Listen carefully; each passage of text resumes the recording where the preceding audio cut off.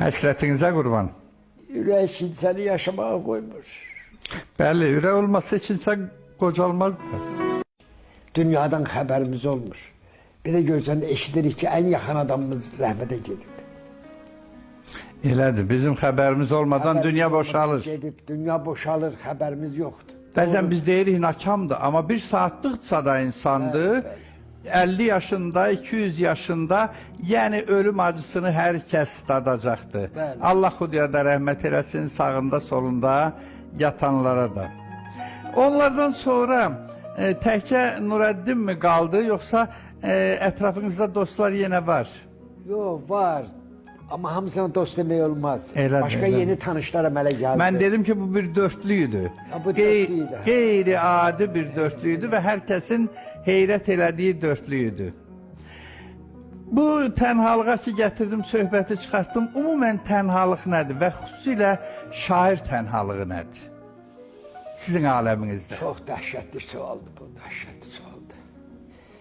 Ən çox qorxduğum təhlikdir. Ruhen, fikrən tək qalmaq. Amma Allaha çox şükür olsun ki, mən də sizin kimi kövrəlmişəm. Bax, mən də kövrək deyirəm bunu.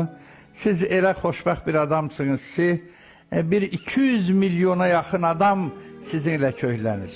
Bir Erzurum bayatçısı var.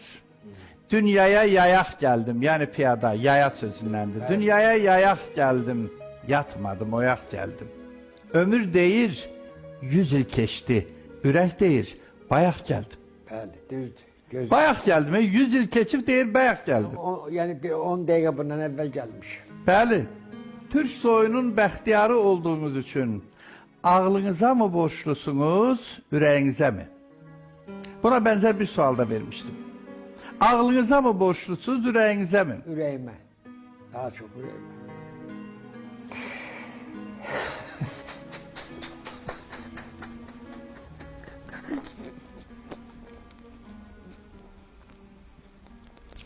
Həsrətinizə qurban. Ürək səni yaşamağa qoymur. Bəli, ürək olması içinsə qocalmaz.